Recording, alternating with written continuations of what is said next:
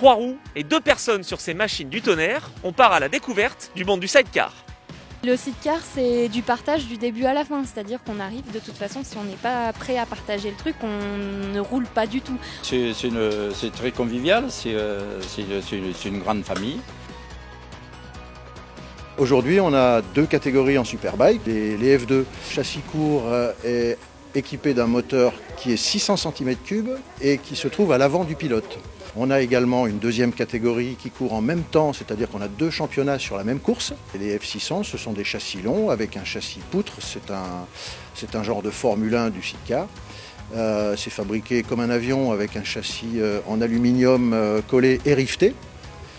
Et le moteur est à l'arrière du pilote en 600 cm3 également.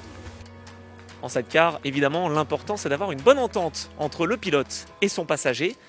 Explication. L'objectif qu'il y a sur le sidecar, c'est que le pilote il s'occupe que de son pilotage et il doit être le plus fin possible et le plus souple possible. Je sais pas, au guidon, pour moi, tu as quand même plus de responsabilités, mais si tu n'as pas ton passager derrière, tu tournes pas. Il faut apprendre à conduire à 2. Le passager passe une fois à droite, une fois à gauche pour équilibrer la machine lors des virages.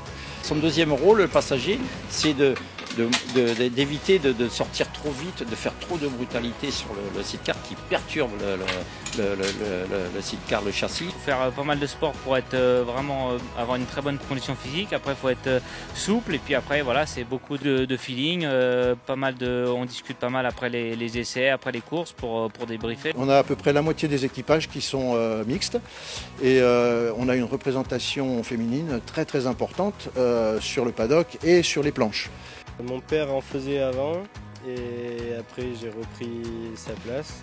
Du coup, c'est de famille. Ma maman aussi a couru pendant longtemps avec mon père, elle a été sa passagère pendant très longtemps, donc je suis tombée dans la marmite quand j'étais petite. En 2013, du coup, je roulais en moto et puis il manquait une pièce sur ce circuit-là, une grande vis, et du coup, je ne trouvais pas au niveau des solos. Ils m'ont dit, va voir dans les salles, ils ont toujours un peu tout, et puis du coup, ça a commencé de là.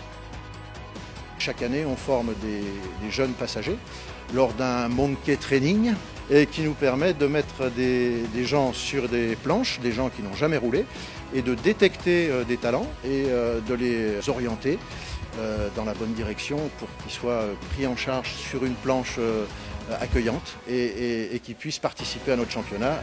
J'ai commencé comme beaucoup en tant que passager. On a pas mal discuté avec Tim et puis du coup on a commencé à rouler ensemble. C'est la légende du sidecar, il est 8 fois champion du monde, il a été vainqueur de l'Île de Man, donc c'est ce qui peut se faire de mieux en termes de pilote sidecar, quoi. Ça fait 21 ans que je fais du sidecar en tant que passager, alias technicien de plateforme.